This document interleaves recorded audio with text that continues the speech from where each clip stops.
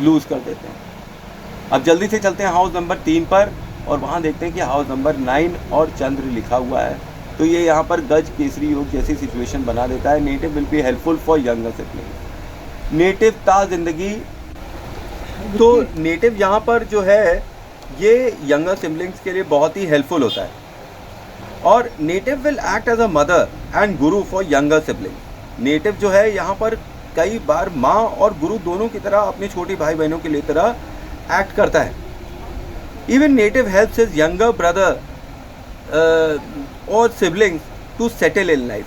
मतलब उनके प्रोफेशन में भी ये किसी न किसी रूप से हेल्प करते ही रहते हैं, उन्हें सेटल करा देते हैं लाइफ में। और नेटिव यहाँ पर एक्सट्रीमली गुड कम्युनिकेशन शेयर करता है।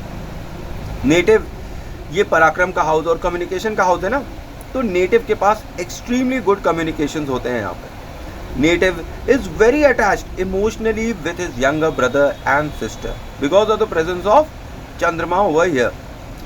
यहाँ पर चंद्रमा की प्रेजेंस नेटिव को इमोशनल अटैचमेंट देती है अपने छोटे भाई बहनों से। नेटिव को मैं ये बोलूँगा कि नेटिव के थ्रोट में, क्योंकि हाउस नंबर 3 जो होता है वो थ्रोट होता है, वहाँ सरस्वती, नेटिव के थ्रोट में सरस्वती विराज करती है। इनके पास मैनिफेस्टेशन की पावर है, जो ये बोलेंगे वो हो सकता है।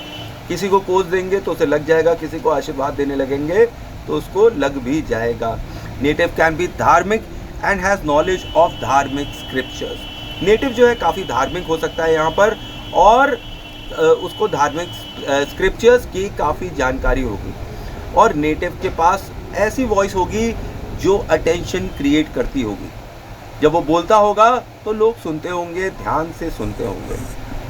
अब नेटिव यहाँ पर कई बार अर्न करता है किससे? रिलीजियस बुक से। Native can earn through his voice too. He will be a good preacher. ये अच्छे प्रीचर हो सकते हैं, काफ़ी लोगों को ज्ञान दे सकते हैं। और ही will B fond of singing and can gain through it. मतलब ये गाना वाना गा सकते हैं, प्रोफेशनली गाना गा सकते हैं और उससे पैसा भी कमा सकते हैं। Native is very creative.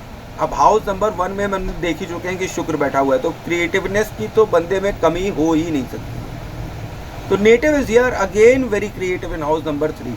Native is like a journalist who right books and journals. यहाँ पर मैं देखता हूँ कि नेटिव जो है वो जर्नल्स लिखता होगा या कोई किताब लिखता मुझे दिखाई पड़ता है, एक जर्नलिस्ट की तरह जो दूसरों को एजुकेट कर रहा है, इन्फॉर्म कर रहा है, हेल्प कर रहा है उस इन्फॉर्मेशन से। ठीक है, और ये सब किस लिए? किसी एक गाइडेंस के लिए। In short, native writes books which gives guidance to others. यहाँ पर ये होता दिखाई पड़ता है हाउस नंबर 3 में।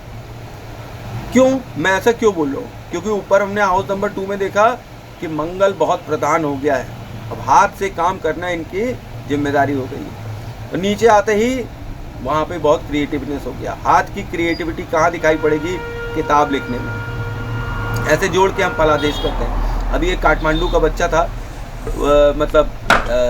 माता काली का भक्त, वो मुझसे पूछ रहा था भैया फलादेश कैसे करें। तो मैं फलादेश ऐसे ही निकाल रहा हूँ कि देखिए, थर्ड हाउस में क्रिएटिविटी हो गई और सेकंड हाउस में हाथ बहुत ज़्यादा स्ट्रांग हो गया। मंगल स्ट्रांग हो गया तो हाथ स्ट्रांग हो गया। तो अब ये दोनों को आप जोड़िएगा तो हाथ की क्रिएटिविटी दिखाई पड़ेगी। तो ये कोई किताब लिख सकते हैं। गुरु की यहाँ प्रेजेंस है। गुरु जो है ज्ञान का कारक है, वो किताब की ओर इंडिकेशन देता है। इन सबको मिलाया तो मैंने ये फल निकाला। अब यहाँ mother can be a teacher or attached with government too. मतलब माता जी जो है इनकी टीचर हो सकती हैं और गवर्नमेंट से अटैच हो सकते हैं किसी न किसी रूप में। नेटिव की जो मदर है वो शख्स हैं, वो पर्सन है जिन्होंने नेटिव को ये बताया कि कैसे लोगों से बातचीत करना है, कैसे लोगों से डील करना है।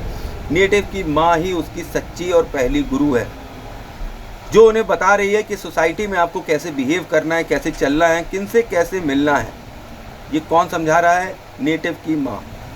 नेटिव कैन बी अ शायर, पोएट, राइटर। ठीक है, और सेम एप्लाइज विथ मदर कि माँ भी जो है वो पोएट हो सकती है, शायर हो सकती है, राइटर हो सकती है। ठीक, और नेटिव की जो मदर होंगी, rest assured, is a very विद्वान पर्सन। और worshipping Durga over here is best for every kind of relation in this कुंडली।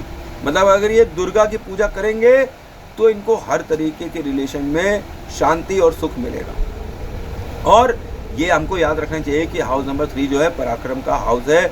अब नेटिव इज़ वेरी पराक्रमी एंड लकी ओवर हियर। ठीक है, नेटिव एक तरफ पराक्रमी भी है और लकी भी है, क्योंकि यहाँ पर गज केसरी योग जैसी चीज़ बन गई है यार। तो ऑब्वियस है कि इनका पराक्रम भी बहुत शुद्ध और अच्छा होगा, विवेकशील होगा, और तो और इनका कम्युनिकेशन भी एक्सेलेंट हो जाएगा। और native will have friends at high places. Native के जो कम्युनिकेशन स्किल्स है उसकी वजह से उनके जो फ्रेंड्स होंगे वो बड़े ऊंची ऊंची जगहों पर होंगे। नेटिव की जो अप्रोच होगी with others is very soothing.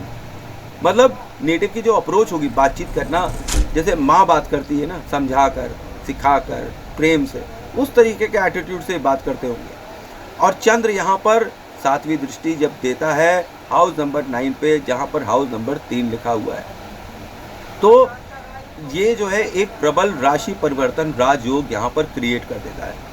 पर चंद्र यहाँ पर एस्पेक्ट देता है 7वीं दृष्टि जब 9वें घर पे, जहाँ पे हाउस नंबर 3 लिखा हुआ है, तो ये नेटिव को बकरी जैसा दिल दे देता है, मतलब घबरा जाने वाला। नेटिव ज़बरदस्ती का चिंताग्रस्त रहता है, जहाँ इन्हें चिंता नहीं करनी है वहाँ पे भी हाय हाय लगी हुई है।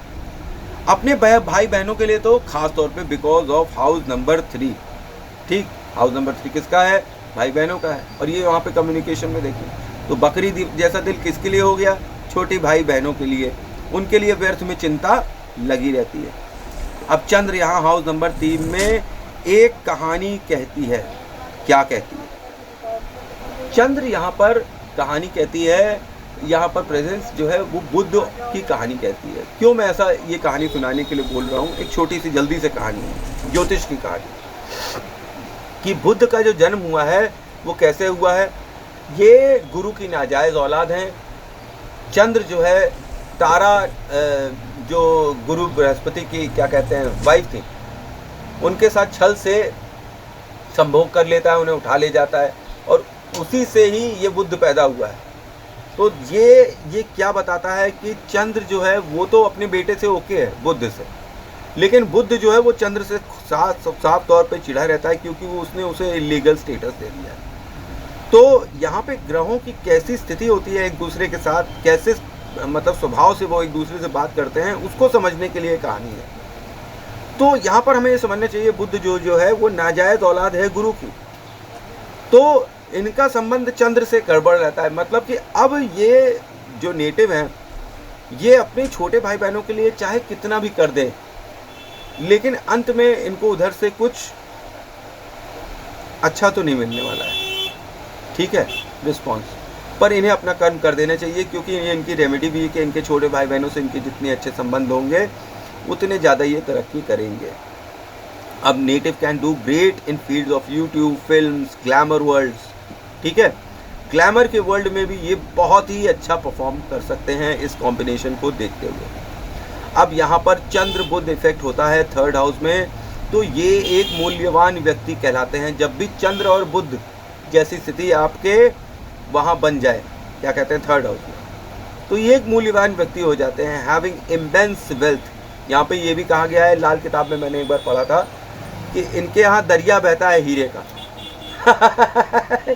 आप समझ लीजिए कि पैसा किस हिसाब से इनके यहाँ आ सकता है, क्योंकि इनकी कम्युनिकेशन स्किल्स इतनी अच्छी हैं, बिजनेस स्किल्स इतनी अच्छी हैं, लोगों को डील करने के तरीके इतने अच्छे हैं कि इनके यहाँ हीरे का दरिया बहता है। Money wise this combination is extremely good. House number 3 जो है वो नेबरहुड का भी होता है, और यहाँ पर चंद्र और हाउस नंबर 9 गज केसरी योग, ठीक है, पड़ा हुआ है। तो ये क्या इंडिकेट करेगा कि ये जो इनका नेबरहुड होगा ये बहुत ही गुड और प्लीजिंग होगा नेबरहुड। इनके नेबरहुड में हमेशा रिच लोग होंगे, विद्वान लोग होंगे, टीचर्स होंगे, नॉलेजेबल पीपल होंगे, इवन धार्मिक लोग भी हो सकते हैं। अब जल्दी से हम हाउस नंबर 4 पे पहुँचते हैं। हम यहाँ देखते हैं कि हाउस नंबर 10 लिखा हुआ है। हाउस नंबर 4 जो है वो चंद्र का है, माँ का है, मन का है,